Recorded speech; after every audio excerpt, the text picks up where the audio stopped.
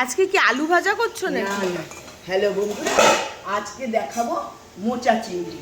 ঠিক আছে, মোচা চিংড়িটা সবার মতোই, কিন্তু দেখবে একটু অন্যরকম। এই যে আলুগুলো ভেজে নিলাম। প্রথমেই নিয়েছি একটা বড় মোচা, সেটা সেদ্ধ করে একটু নুন আর হলুদ দিয়ে সেদ্ধ করে ঝলটা ঝরিয়ে রেখেছি। আর লাগছে নারকেল, ছোলা সেদ্ধ, টমেটো, পেঁয়াজ, আর হচ্ছে চিংড়ি মাছ। তেলটা গরম হয়েছে, এখানে আমি একটু সাদা জিরে ফোড়ন দেব। ফোড়ন দিয়ে আর কিছু না, আলুটাকে ভেজে রেখেছি। এবার আমি পরপর সব কিছু দিতে থাকবো। এই যে নারকেল, এই যে টমেটো, এইটা দিয়ে দিলাম না শুধু পেঁয়াজটা। এখানেই একটা কথা বলবো, দিয়ে একটু ভাজাভাজি করে। আচ্ছা, কি কি দিয়ে ভাজছো একটু বলে দাও। একটু ছোলা, নারকেল আর টমেটো আর সাদা জিরে ফোড়ন দিয়েছি। এখানে ছোলা, নারকেল আর টমেটোটা ভাজা ভাজা হয়ে গেছে। আর এখানের মধ্যে মশলা আছে জিরা, কাঁচা লঙ্কা, আদা। জিরা, কাঁচা লঙ্কা, আদা, এটা দিয়ে দিলাম। এবার দেব 2 চামচ মতো হলুদ,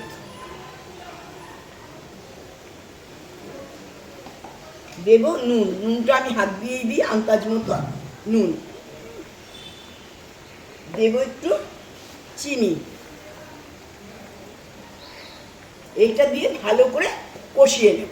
শুকনো লঙ্কার গুঁড়ো, কাঁচা লঙ্কা কিন্তু বাটা দিয়ে দিয়েছি, সামান্য রঙের জন্য শুকনো লঙ্কার গুঁড়ো 2বার দিয়েছি। এরকম করে 3বার জল দিয়ে ভালো করে মশলাটাকে কষিয়ে নেবে। এইবার যখন একটু এটা আর গামাখা হবে, আমি কিন্তু চিংড়ি মাছটা ভাজিনি, চিংড়ি মাছটা কাঁচা দিয়ে দেবো। এটা মশলা কষানোর সাথে সাথে এটা কষে যাবে।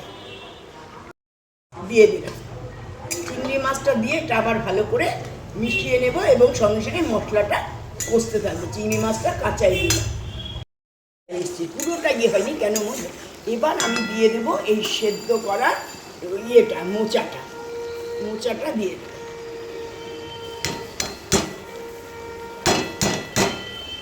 মোচাটা দিয়ে ভালো করে কষাবো। এইবার মোচাটা দিয়ে দিয়েছি, মোচাটাকে ভালো করে খুন্তি দিয়ে নাড়িয়ে পুরো মশলাটার সাথে মিশিয়ে দিয়েছি। দেখো মশলাটা আর কিছু নেই। এবার দেবো এই যে আলুগুলো ভেজে রেখেছিলাম, সেই আলুগুলো দিয়ে দিলাম। ব্যাস, আর কিন্তু কিছুই না। পুরোটা যখন একেবারে মেখে যাবে তখন। কিন্তু এখানে একটা কথা আছে, আমরা যখন ফোড়ন দিই, জিরে পেঁয়াজ ফোড়ন দিই, আমি পুরো তরকারিটা যখন কমপ্লিট হবে নামিয়ে পেঁয়াজটা ফোড়ন দেবো, আর একটু ঘি আর গরম মশলা। এই পেঁয়াজ ফোড়নটা সবার শেষে দেবে, তাতে দেখবে তরকারিটা অনেক বেশি টেস্ট হচ্ছে। তরকারিটা নামাই তারপরে দেখাচ্ছি। দিয়েছিলাম, এই দেখো পুরো এটা কমপ্লিট হয়ে গেছে। এবার এটার মধ্যে কী দেবো বলো তো বন্ধুরা? দেবো একটু ঘি, একটু বেশি করে। এই দেখো ঘি, দেব গরম মশলা।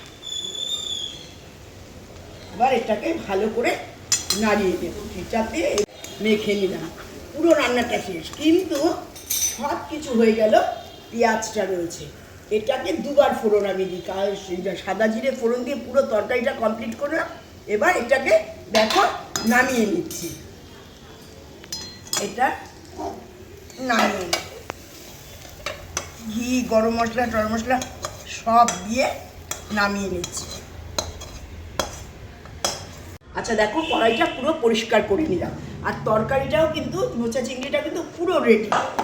এবার কড়াইটা যেহেতু রান্না করেছি গরমই, দেবো একটু বেশি করে তেল। দেখো অনেকটাই তেল দিয়েছি। মোচাতে কিন্তু ঘি তেল দিয়ে একবার সম্বার দেওয়া আছে। আচ্ছা, একটু তেলটা গরম হয়ে গেছে। এবার বেশ অনেকটা পরিমাণে পেঁয়াজ দিলাম। এই তরকারিটার বিশেষত্ব কী বলো তো? বিশেষতটা 2বার ফোড়ন, একবার জিরা ফোড়ন দিয়ে পুরো তরকারিটাকে তৈরি করছে, দ্বিতীয়বার পেঁয়াজ ফোড়ন দিয়ে তরকারিটা নামিয়ে নেবে। আর হয়ে গেছে, দেখো পুরো লাল লাল করে ভাজা হয়েছে। এইবার দিয়ে দেবো,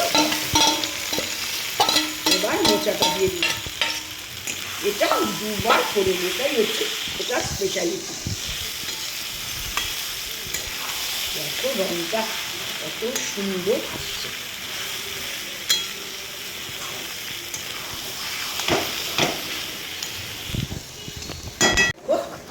কত সুন্দর হয়েছে, এবার দেখো, এবার আমরা নামিয়ে দেব।